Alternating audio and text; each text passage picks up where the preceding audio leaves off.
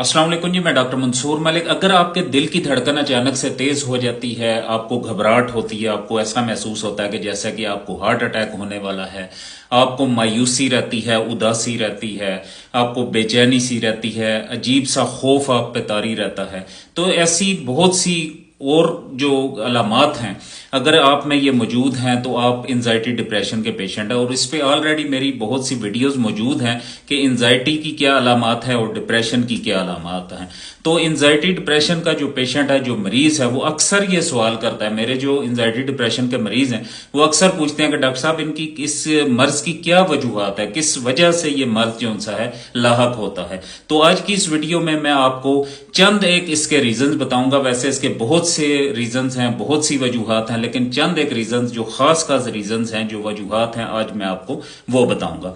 तो इसमें बाज़ औक़ात ऐसे पेशेंट्स देखे गए हैं कि जिनके खानदान में किसी बंदे को या किसी मरीज को ये मर्ज लाहक हुआ है एंजाइटी का, और उसकी वजह से ये जो सा है कि दूसरे बंदे तक उसे भी एंजाइटी डिप्रेशन का मसला बना है। उसके अलावा बचपन में किसी सदमे या जिस्मानी या जहनी ज्यादती की वजह से भी एंजाइटी डिप्रेशन का मर्ज लाहक हो सकता है। उसके अलावा किसी करीबी की मौत की वजह से, ठीक है जी, मौत की वजह से, अचानक मौत की वजह से भी जो सा है ये एंजाइटी का शिकार हो सकता है मरीज। उसके अलावा काम या पढ़ाई का जरूरत से ज्यादा बोझ जो है वो भी स्ट्रेस का, एंजाइटी का, डिप्रेशन का सबब बन सकता है। उसके अलावा जी माली मसाइल की वजह से या रिश्तों में कशीदगी की वजह से भी एंजाइटी डिप्रेशन का मर्ज लाहक हो सकता है। उसके अलावा नींद की कमी की वजह से या कम सोने की वजह से, प्रॉपर नींद पूरी ना लेने की वजह से भी